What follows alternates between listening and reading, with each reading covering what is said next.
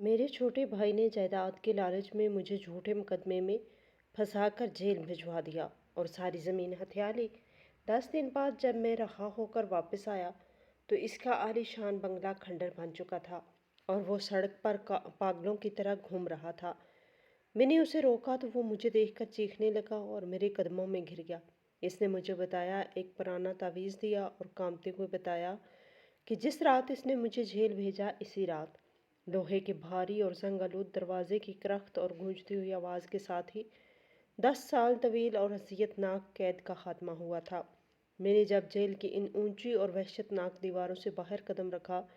تو کھلی اور آزاد فضا میں سانس لینا بھی مجھے ایک عجیب سا احساس دلا رہا تھا۔ 10 سال پہلے کا وہ منحوس دن میرے ذہن کے پردوں پر کسی خوفناک اور سیاہ سائے کی طرح لہرانے لگا، جب میرے اپنے سگے چھوٹے بھائی نے محض جائیداد اور زمینوں کے ہوس میں اندھا ہو کر مجھ پر ایک ایسا جھوٹا اور بے بنیاد مقدمہ بنوایا تھا جس کی سزا مجھے اپنی جوانی کے 10 قیمتی سال اس اندھیری اور نم کوٹڑی میں گزار کر چکانی پڑی تھی۔ رشتوں کا مان اور خون کا رشتہ اس دن میرے لیے ایک بھیانک مذاق بن کر رہ گیا تھا، جب میں نے اپنے ہی خون کو چند کوڑیوں اور مٹی کے بے جان ٹکڑوں کی خاطر اپنے ضمیر کو سودا کرتے اور عدالت میں میرے خلاف جھوٹی گواہیاں تیار کرتے دیکھا تھا۔ جیل کی ان تنہا اور طویل راتوں میں مجھے سب سے زیادہ تکلیف اس بات کی نہیں ہوتی تھی کہ میں قید میں ہوں اور مجھے مجرم قرار دے دیا گیا ہے، بلکہ میرے دل پر سب سے گہرا اور تکلیف دہ گھاؤ اس بات کا تھا کہ جس بھائی کو میں نے ماں باپ کے سائے سے محروم ہونے کے بعد خود باپ بن کر پالا تھا، جس کی ہر جائز اور ناجائز خواہش کو میں نے اپنا اولین فرض سمجھ کر پورا کیا تھا اور جس کی خوشی کی خاطر میں نے اپنی ساری زندگی وقف کر دی تھی، اسی نے میری پیٹھ میں اتنی بے دردی سے خنجر گھونپا تھا۔ اس کی ہوس اتنی بڑھ چکی تھی کہ اسے میرا وجود ایک رکاوٹ محسوس ہوتا تھا اور اس نے نہایت شاطرانہ انداز میں مجھے راستے سے ہٹانے کا منصوبہ بنایا تھا۔ آج جب میں ان بھاری زنجیروں سے مکمل طور پر آزاد ہو کر واپس اپنے آبائی علاقے اور اپنی مٹی کی طرف لوٹ رہا تھا تو میرے قدموں میں ایک عجیب سی تھکاوٹ اور دل میں ان گنت سوالوں کا طوفان برپا تھا۔ میں انجانے پہچانے راستوں سے گزر رہا تھا جو کبھی میری وسیع و عریض جاگیر ہوا کرتے تھے، جہاں سے میرا گزر ہوتا تو لوگ احتراماً سر جھکا لیا کرتے تھے اور میری سخاوت کی مثالیں دیا کرتے تھے، لیکن آج میں ایک اجنبی اور گمنام مسافر کی طرح انہی راستوں پر پیدل چل رہا تھا۔ کوئی مجھے پہچاننے والا نہیں تھا۔ میرے ذہن میں اپنے اس شاندار اور عالیشان بنگلے کا نقشہ بار بار گھوم رہا تھا جسے میں نے اپنی دن رات کی محنت اور خون پسینے کی حلال کمائی سے تعمیر کروایا تھا۔ اس بنگلے کی اونچی اور مضبوط فضیلیں، اس کے چوڑے اور ہوادار دلان اور اس میں سجے ہوئے انتہائی قیمتی ساز و سامان میری کامیابی اور معاشرے میں میرے رتبے کی گواہی دیا کرتے تھے۔ میں چلتے چلتے سوچ رہا تھا کہ میرا وہ چھوٹا بھائی جس نے مجھے دھوکے سے راستے سے ہٹایا تھا، اب اسی بنگلے میں کسی مغرور بادشاہ کی طرح اپنی پرتعیش زندگی گزار رہا ہوگا۔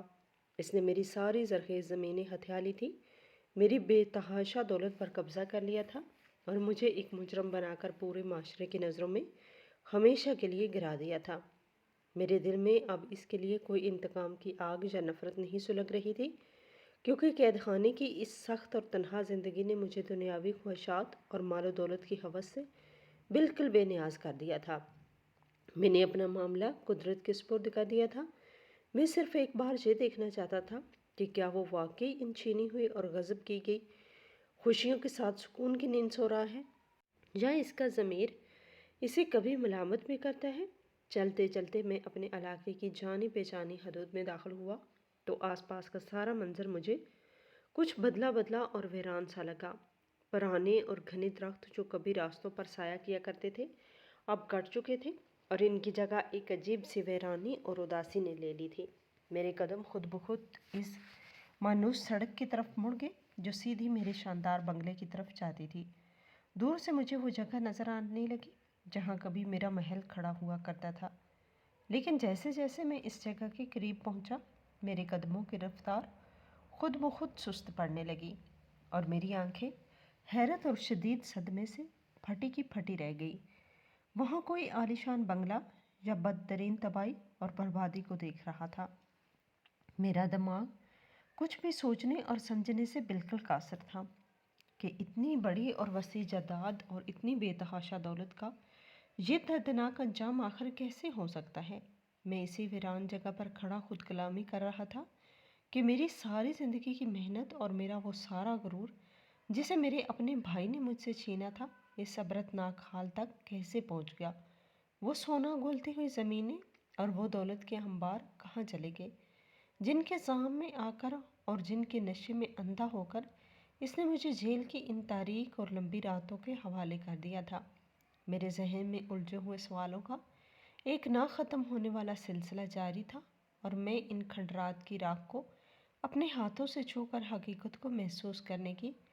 ناکام کوشش کر رہا تھا کہ اچانک مجھے سڑک کے دور کنارے سے کسی کے بھاگنے قدموں کی چاپ اور عجیب و غریب قسم کی خوفناک آوازیں نکالنے کی آہٹ سنائی دی۔ میں نے الجھن میں مڑ کر دیکھا تو دور سے دھول اڑاتا ہوا ایک شخص میری ہی طرف بھاگا چلا آ رہا تھا۔ اس کی حالت اس قدر ابتر اور خوفناک تھی کہ اسے دیکھ کر کسی بھی انسان کا دل دہل سکتا تھا اور روح کانپ سکتی تھی۔ اس کے کپڑے جگہ جگہ سے پھٹے ہوئے اور تار تار ہو کر لیتھڑوں کی شکل اختیار کر چکے تھے، جن پر میل، کیچڑ اور گندگی کی اتنی موٹی تہیں جمی ہوئی تھی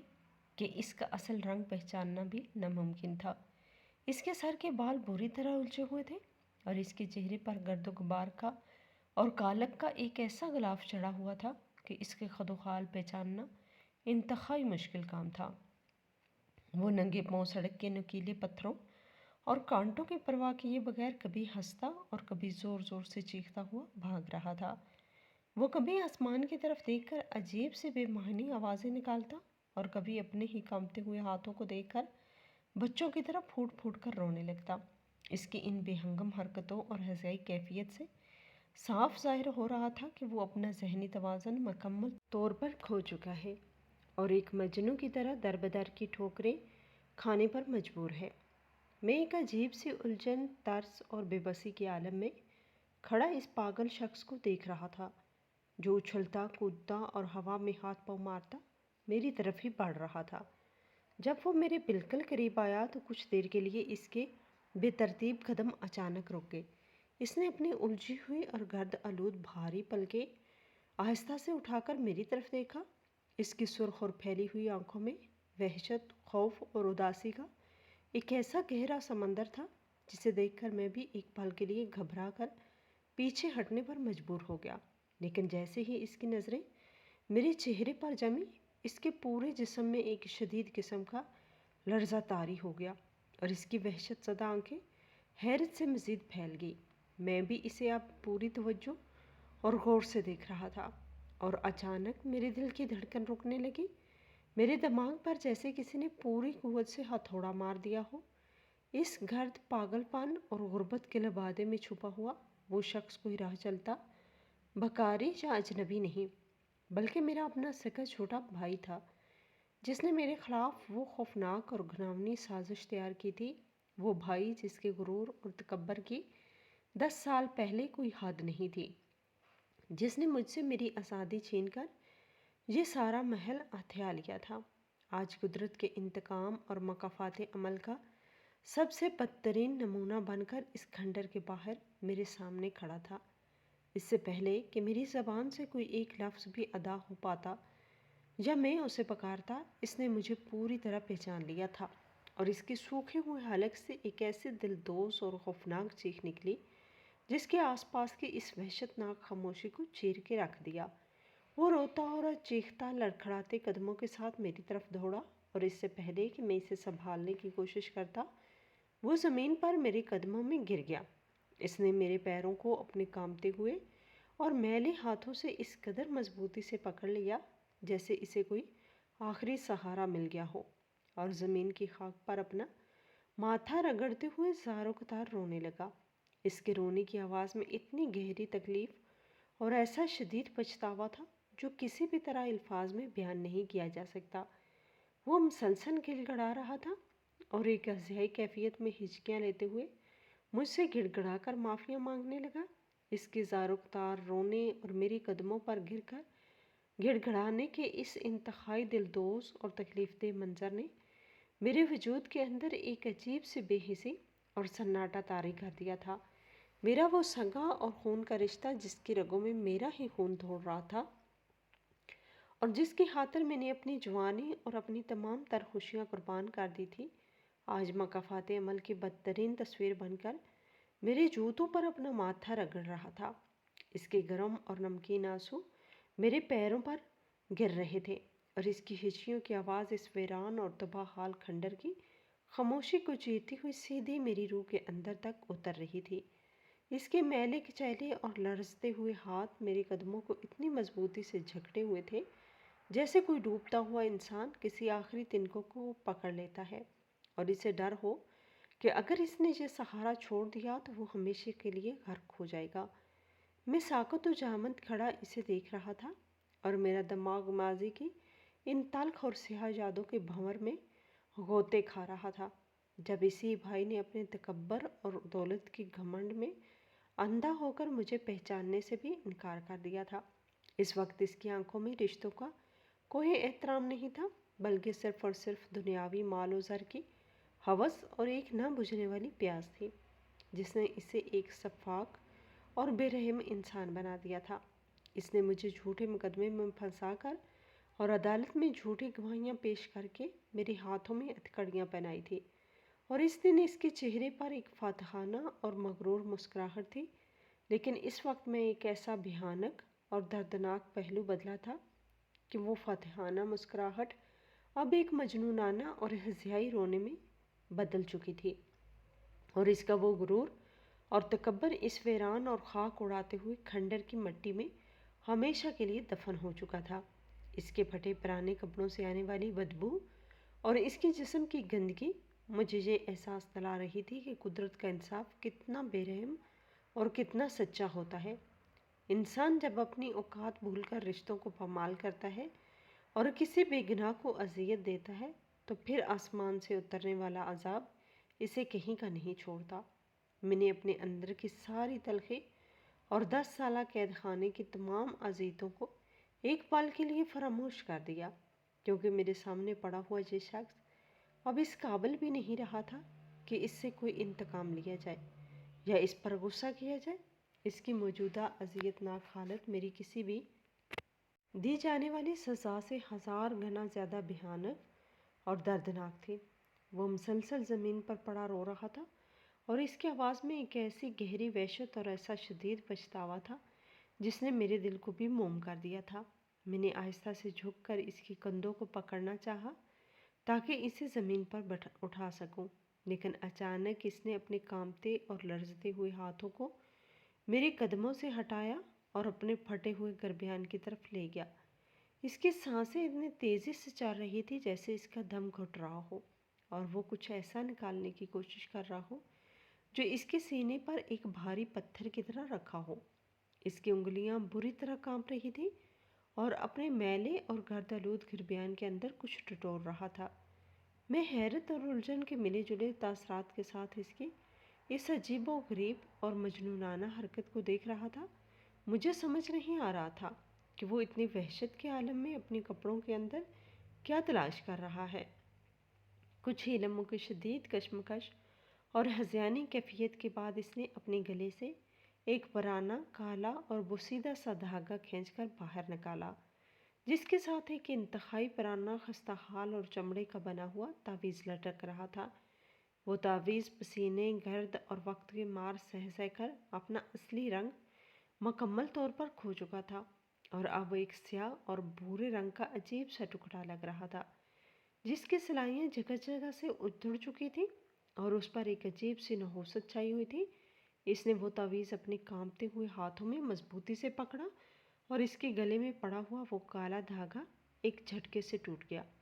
اس کی آنکھوں میں اس تعویذ کو دیکھتے ہی ایک ایسا شدید خوف اور ایسی گہری دہشت ابھر آئی جیسے وہ کوئی تعویذ نہیں بلکہ موت کا کوئی پروانہ ہو یا کوئی ایسا زہریلا سانپ ہو جس نے اس کی ساری زندگی کو ڈھس لیا ہو۔ وہ تعویذ ہاتھ میں پکڑے ہوئے ہانپ رہا تھا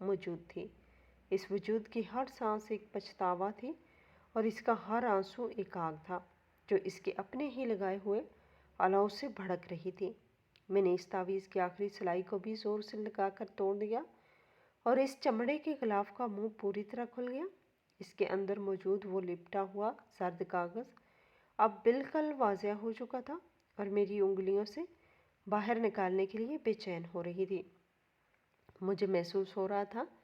کہ اس کاغذ کے اندر کوئی ایسا راز دفن ہے جس کی قیمت میرے 10 سالہ آزادی اور اس پاگل شخص کی ساری زندگی تھی۔ یہ کوئی معمولی تعویذ نہیں تھا بلکہ یہ ایک ایسا بھاری پتھر تھا جسے اس نے اپنے گلے میں لٹکا کر اپنی ہی روح کو غرق کر دیا تھا۔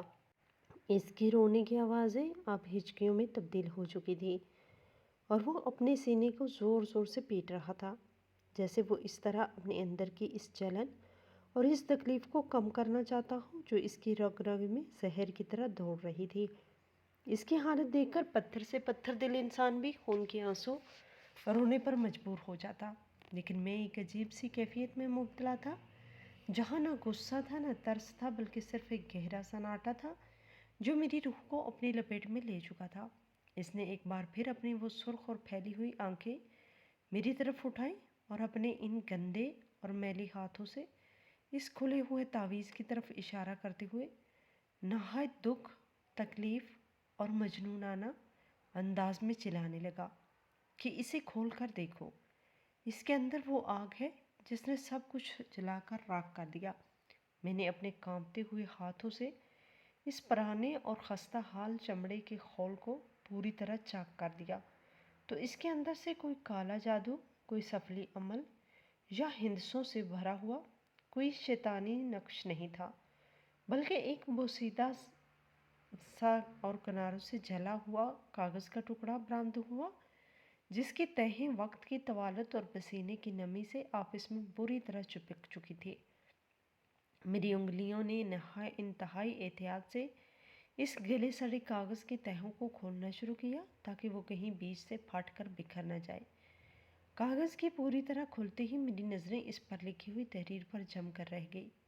وہ کسی عامل یا پیر کی لکھائی نہیں بلکہ وہ ایک جانی پہچانی عورت کی لکھائی تھی جس کے حروف میں ایک عجیب سی عجلت اور زہریلا طنز چھپا ہوا تھا۔ وہ لکھائی کسی اور کی نہیں بلکہ میرے اسی چھوٹے بھائی کی بیوی کی تھی جسے وہ اپنے غرور اور تکبر کے دنوں میں حویلی کی ملکہ بنا کر رکھتا تھا اور جس کی ہر جائز و ناجائز خواہش پر میری محنت کی کمائی پانی کی طرح بہایا کرتا تھا۔ اس نے الجھن اور حیرت کے سمندر میں ڈوبتے ہوئے اس سادے جلے ہوئے خط کو پڑھنا شروع کیا جس کی ایک ایک لفظ سے دھوکہ دہی اور بے وفائی کی بو آ رہی تھی۔ اس کاغذ پر نہایت صفاقی اور بے رحمی سے لکھا تھا، تم نے اپنے سگے بھائی کو جائیداد کی ہوس میں اندھا ہو کر قید خانے کی اندھیری کوٹھڑی میں دھکیل دیا ہے اور تم یہ سمجھ رہے ہو کہ اب تم اس ساری دولت اور جاگیر کے اکیلے وارث اور سیاہ سفید کے مالک بن چکے ہو، لیکن حقیقت ہے جس رات تم اپنے بھائی کے خلاف جھوٹے گواہ اور کرائے کے ساتھی تیار کر کے اس کی بربادی کا جشن منا رہے تھے، اسی رات میں نے تمہاری بربادی کا سارا انتظام مکمل کر لیا تھا۔ تم جس خاندانی وکیل کو اپنا سب سے قریبی رازدار اور وفادار محافظ سمجھتے تھے وہ دراصل میرا ساتھی تھا اور ہم دونوں نے مل کر تمہارے اس لالچ اور ہوس کا بھرپور فائدہ اٹھایا۔ خط کی زہریلی تحریر پڑھتے ہوئے میری آنکھوں کے سامنے ایک بھیانک خاکہ ابھرنے لگا اور میرے کانوں میں چھوٹے بھائی کی وہ عصیائی اور دردناک آوازیں گونجنے لگی جو وہ اپنے بال نوچتے ہوئے اور زمین پر ایڑیاں رگڑتے ہوئے مجھے سنا رہا تھا۔ اس کا گلا رن چکا تھا اور وہ زار و قطار روتے ہوئے مجھے اس منحوس رات کی پوری داستان سنا رہا تھا جس رات اس نے مجھے حوالات کے سلاخوں کے پیچھے پہنچایا تھا۔ وہ بتا رہا تھا کہ اس رات جب وہ مجھے جھوٹے مقدمے میں پھنسا کر اور قانون کے رکھوالوں کی جیبیں گرم کر کے انتہائی خوشی اور غرور کے نشے میں چور ہو کر حویلی واپس لوٹا تو اس کی بیوی نے اس کی اس شاندار کامیابی پر جشن منانے کا بہانہ بنایا اور اسے اپنے ہاتھوں سے ایک میٹھا مشروب پیش کیا جس میں اس نے پہلے سے ہی ایک انتہائی طاقتور نشہ آور دوا اور غنودگی طاری کرنے والا زہر ملا رکھا تھا۔ چھوٹا بھائی جو پہلے ہی لالچ اور تکبر کے نشے میں اندھا ہو چکا تھا، اس نے بنا سوچے سمجھے خوشی کے مارے وہ مشروب پی لیا، اور کچھ ہی لمحوں بعد اس کا دماغ سن ہونے لگا اور اس کے حواس اس کا ساتھ چھوڑنے لگے۔ وہ نیم بے ہوشی اور غنودگی کے ایک ایسے گہرے غار میں گرتا چلا گیا جہاں اسے اپنے ہاتھ پاؤں ہلانے کی طاقت بھی نہیں رہی تھی۔ اس نے روتے ہوئے اور زمین پر مکہ مارتے ہوئے مجھے بتایا کہ اس نیم بے ہوشی کے عالم میں اسے صرف اتنا یاد ہے کہ اس کی بیوی اور وہ خاندانی وکیل اس کے سرہانے کھڑے تھے، اور وہ باری باری اس کا بے جان اور سن پڑا ہوا انگوٹھا پکڑ کر ان تمام قیمتی زمینوں، جائیدادوں اور تجارتی کاغذات پر لگا رہے تھے جنہیں اس نے مجھ سے چھینا تھا۔ وہ اندر سے سب کچھ دیکھ اور سن رہا تھا، لیکن اس کا جسم موت جیسی نیند کی گرفت میں تھا اور اس کی زبان پر تالے پڑ چکے تھے۔ وہ ایک بے بس اور لاچار لاش کی طرح بستر پر پڑا رہا، اور اس کی آنکھوں کے سامنے اس کی بیوی اور وہ نمک حرام وکیل حویلی کی تمام بھاری تجوریاں توڑ کر ان میں موجود سونا، نقد رقم اور تمام قیمتی زیورات بوریوں میں بھر رہے تھے۔ اس نے اپنے میلے گربیان کو مزید پھاڑتے ہوئے ہچکیوں کے درمیان بتایا کہ اگلی دوپہر اس کی آنکھ کھلی اور اس کے حواس کچھ بحال ہوئے تو اس کے ارد گرد ایک قبر جیسی خاموشی اور وحشت ناک سناٹا طاری تھا۔ پوری حویلی میں کوئی ایک بھی خادم یا ملازم موجود نہیں تھا اور ہر طرف سامان بکھرا پڑا تھا۔ اس نے گھبرا کر اپنی بیوی کو آوازیں دی، لیکن کوئی جواب نہ آیا۔ اس نے پاگلوں کی طرح تجوریوں کی طرف دوڑ لگائی، لیکن وہ سب خالی پڑی تھی۔ اسے اس وقت اپنی تباہی اور بربادی کا پورا احساس ہوا جب اس کی نظر میز پر پڑے ہوئے اس خط پر پڑی، جسے اس کی بیوی جاتے جاتے ہوئے ایک خنجر کی طرح اس کے سینے میں گھونپ گئی تھی۔ اس خط میں صاف الفاظ میں لکھا تھا کہ وہ اسے اور اس ویران حویلی کو ہمیشہ کے لیے چھوڑ کر اس وکیل کے ساتھ کسی دور دراز ملک فرار ہو رہی ہے، اور اب وہ قانونی طور پر ایک پائی کا بھی مالک نہیں رہا، کیونکہ تمام زرخیز جائیداد اب فروخت ہو چکی ہے اور اس کی بھاری قیمت وہ اپنے ساتھ لے جا رہے ہیں۔ خط کے آخر میں طنز کے تیر برساتے ہوئے لکھا گیا تھا کہ قدرت نے تمہارے ساتھ بالکل وہی کھیل کھیلا ہے جو تم نے اپنے بڑے بھائی کے ساتھ کھیلا تھا، اور اب تم ساری زندگی اسی ویران حویلی میں اپنے لالچ کا ماتم کرتے رہنا، اور یہ خط تمہیں تمہاری اصلی اوقات یاد دلاتا رہے گا۔ یہ خط پڑھنے اور یہ سارا دردناک واقعہ سننے کے بعد میرے وجود پر ایک ایسا شدید سکتہ طاری ہو گیا جس نے مجھے پتھر کا بے جان مجسمہ بنا دیا۔ چھوٹا بھائی میرے قدموں میں گرا ہوا مسلسل یہ دہرا رہا تھا کہ اس اچانک صدمے اور اپنے ہی جال میں بچھائے ہوئے جال میں بری طرح پھنس جانے کے احساس نے اس کے دماغ کی رگیں پھاڑ دیں، اور وہ اسی دن اپنا ذہنی توازن ہمیشہ کے لیے کھو بیٹھا۔ وہ ایک ہی رات میں شہر کے سب سے امیر اور طاقتور انسان سے ایک بھکاری اور سڑکوں پر دھکے کھانے والا پاگل بن گیا۔ اس نے گڑ گڑاتے ہوئے کہا کہ میں اس خط کو اس دن کے بعد سے ایک تعویذ کی طرح اپنے گلے میں لٹکا لیا تاکہ یہ مجھے یاد دلاتا رہے کہ میں نے اپنے سگے بھائی کے ساتھ کیا گھناؤنا ظلم کیا تھا، اور اس ظلم کی کتنی بھاری اور بھیانک قیمت مجھے دنیا میں ہی چکانی پڑی ہے۔ اس تعویذ کی ہر چبھن اور اس خط کا ہر زہریلا لفظ میرے سینے میں ایک دہکتے ہوئے انگارے کی طرح رکھا ہوا تھا جس نے 10 سالوں کی طویل مسافت میں میرے جسم اور میری روح کو جلا کر کوئلہ کر دیا تھا، اور وہ اپنے الجھے ہوئے بالوں کو مٹھیوں میں جکڑ کر زور زور سے چیخ رہا تھا، اور اس کی آواز میں موجود درد اور اذیت کا وہ طوفان اتنا شدید تھا کہ مجھے لگ رہا تھا جیسے زمین ابھی پھٹ جائے گی اور ہم دونوں اس میں ہمیشہ کے لیے سما جائیں گے۔ میرے ہاتھ میں سختی سے پکڑا ہوا وہ آدھا جلا ہوا کاغذ اب میرے ہاتھوں کے پسینے سے بھیگ چکا تھا، اور اس پہ لکھی ہوئی تحریر میری آنکھوں کے سامنے دھندلا رہی تھی۔ راز پوری طرح بے نقاب ہو چکا تھا، اور وہ تمام دبیز پردے اٹھ چکے تھے جو پچھلے 10 سالوں سے اس کھنڈر اور اس پاگل شخص کے گرد لپٹے ہوئے تھے۔ مجھے اب پوری طرح سمجھ آ رہا تھا کہ یہ ویرانی، یہ خاک اور یہ تباہی کس بیرونی دشمن کی لائی ہوئی نہیں تھی، بلکہ یہ اسی لالچ، ہوس اور بے وفائی کا قدرتی نتیجہ تھی جس نے رشتوں کا تقدس پامال کیا تھا۔ وہ مجرم جو کل تک میرے سامنے غرور سے سینہ تان کر کھڑا ہوتا تھا، آج اپنے ہی کالے اعمال کی آگ میں جل کر مکمل بھسم ہو چکا تھا، اور اس کی وہ مجنونانہ ہنسی اور دلدوز چیخیں اس ویرانے میں ایک اذیت ناک گونج پیدا کر رہی تھی۔ میرا دماغ ابھی تک اس بھیانک سچائی کو ہضم کرنے کی مسلسل کوشش کر رہا تھا، اور میری نظریں اس شخص پر جمی ہوئی تھی جو کبھی میرا لاڈلا بھائی ہوا کرتا تھا، اور اب محض ایک عبرت کا ہولناک نشان بن کر میری قدموں کی خاک چاٹ رہا تھا۔ میں نے اس کاغذ کو اپنی مٹھی میں سختی سے بھیج لیا، اور میری سانسیں ایک عجیب سی بے ترتیبی کا شکار ہو گئی، کیونکہ جو کچھ میں نے سنا اور پڑھا تھا اس نے میری سوچ کے تمام زاویے یکسر بدل دیے تھے، اور میں اس کھنڈر کے بیچوں بیچ کھڑا یہ سوچنے پر مجبور ہو گیا تھا کہ قدرت کا انصاف کس قدر خاموش اور کس قدر بھیانک ہوتا ہے۔ میری مٹھی میں جکڑا ہوا وہ آدھا جلا ہوا کاغذ کا ٹکڑا اب میرے ہاتھوں کے پسینے سے پوری طرح بھیگ چکا تھا، اور اس پر لکھی ہوئی وہ زہریلی اور تکلیف دہ تحریر میرے دماغ کی رگوں میں کسی تیز دھار خنجر کی طرح اتر رہی تھی۔ میں اس ویران اور خاک اڑاتے ہوئے کھنڈر کے بالکل بیچوں بیچ ایک بت کی طرح ساکت و جامد کھڑا تھا، اور میری قدموں میں وہ شخص بڑا زاروں قطار رو رہا تھا جو کبھی میرا سب سے بڑا پیارا اور لاڈلا چھوٹا بھائی ہوا کرتا تھا، جس کی خاطر میں نے اپنی زندگی کی ہر خوشی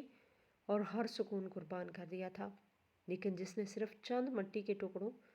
اور دنیاوی ہوس کی خاطر میری پیٹھ میں دھوکے کا ایک ایسا خنجر گھونپا تھا جس کا زخم میں نے قید خانے کی ان تاریک اور لمبی راتوں میں اکیلے سہا تھا، آج وہ اپنے اسی تکبر اور غرور کی راکھ میں لتھڑا ہوا ایک مجنون اور پاگل انسان بن کر میرے جوتوں پر اپنا ماتھا رگڑ رہا تھا، اور اس کے منہ سے نکلنے والی ہر چیخ اس بات کی گواہی دے رہی تھی کہ قدرت کا انصاف کتنا بے رحم اور کتنا سچا ہوتا ہے۔ میں نے اپنے 10 سالہ قید کے اس اذیت ناک اور طویل دنوں میں نہ جانے کتنی بار راتوں کو جاگ کر یہ سوچا تھا کہ جب میں آزاد ہو کر باہر نکلوں گا تو اپنے اس ظالم بھائی سے اپنا حق چھین کر رہوں گا، اور اسے اس کے کیے کی وہ بھیانک سزا دوں گا کہ وہ ساری زندگی یاد رکھے گا۔ لیکن آج جب میں اس کھنڈر کے سامنے کھڑا قدرت کے اس ہولناک اور عبرتناک انتقام کو اپنی آنکھوں سے دیکھ رہا تھا تو میرے اندر کا وہ سارا غصہ اور ساری نفرت اور انتقام کی وہ ساری آگ ایک ہی پل میں ٹھنڈی پڑ گئی تھی، کیونکہ جو سزا آسمان والوں نے اس کے غرور اور اس کی بے وفائی کو دی تھی، اس کے سامنے میری کوئی بھی دی جانے والی سزا انتہائی معمولی اور بے وقت معلوم ہو رہی تھی۔ وہ جس جائیداد اور جس دولت کے غرور میں اندھا ہو کر مجھے پہچاننے سے انکاری ہو گیا تھا، آج وہ ساری دولت اس کے اپنے ہی گلے کا ایسا توق بن چکی تھی جس نے اس کا ذہنی توازن ہمیشہ کے لیے چھین لیا تھا، اور اسے سڑکوں پر دھکے کھانے والا ایک پاگل بکاری بنا دیا تھا۔ اس کی وہ شاطر بیوی جس کے ساتھ مل کر اس نے میری بربادی کا وہ بھیانک منصوبہ بنایا تھا، وہ خود اسی کے بچھائے ہوئے جال میں اسے پھنسا کر ساری دولت لوٹ کر فرار ہو چکی تھی، اور اسے اس ویران حویلی میں تنہا سسکنے اور مرنے کے لیے چھوڑ گئی تھی۔ اس کا وہ غرور اور وہ ساری شان و شوکت ایک آدھے جلے ہوئے خط کی طرح خاک میں مل چکی تھی، جسے میں نے اپنی مٹھی میں سختی سے دبا رکھا تھا۔ اس کی ہچکیاں، اس کے رونے کی دلدوز آوازیں اس کے ویرانے کے سناٹے کو مزید خوفناک بنا رہی تھی، اور وہ مسلسل اپنے بال نوچتے ہوئے زمین کی مٹی کو اپنے چہرے پر مل رہا تھا، جیسے وہ اپنی مٹی کے اندر چھپ جانا چاہتا ہو یا اپنے اس بھیانک گناہ کو اس خاک کے نیچے دبانا چاہتا ہو جو اس نے اپنے سکے خون کے ساتھ کیا تھا۔ اس کے جسم سے آنے والی وہ شدید دفن زدہ بو اور اس کی کپڑوں کی وہ ابتر حالت مجھے یہ احساس دلا رہی تھی کہ جب انسان لالچ اور ہوس کی پٹی اپنی آنکھوں پر باندھ لیتا ہے تو وہ فرعون بن جاتا ہے، لیکن جب قدرت اس کی وہ پٹی کھولتی ہے تو اسے زمین پر رینگنے والے کیڑوں سے بھی بدتر بنا دیتی ہے۔ میں اس وقت اپنے بچپن کے ان خوبصورت دنوں کو یاد کر رہا تھا جب ہمارے والدین زندہ تھے، اور جب وہ دنیا سے جا رہے تھے تو انہوں نے میرے کانوں میں یہ بات کہی تھی کہ تم بڑے ہو اور تمہیں اپنے چھوٹے بھائی کا خیال رکھنا ہے، اس کے ہر دکھ سکھ میں اس کا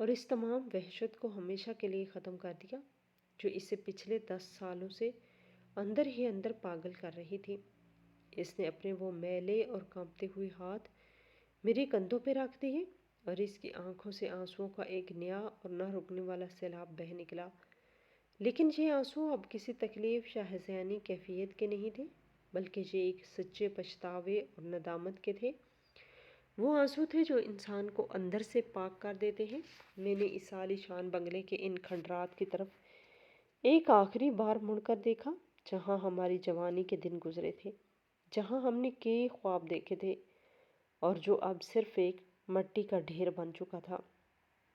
وہ جگہ جو کبھی ہماری غرور اور ہماری شان اور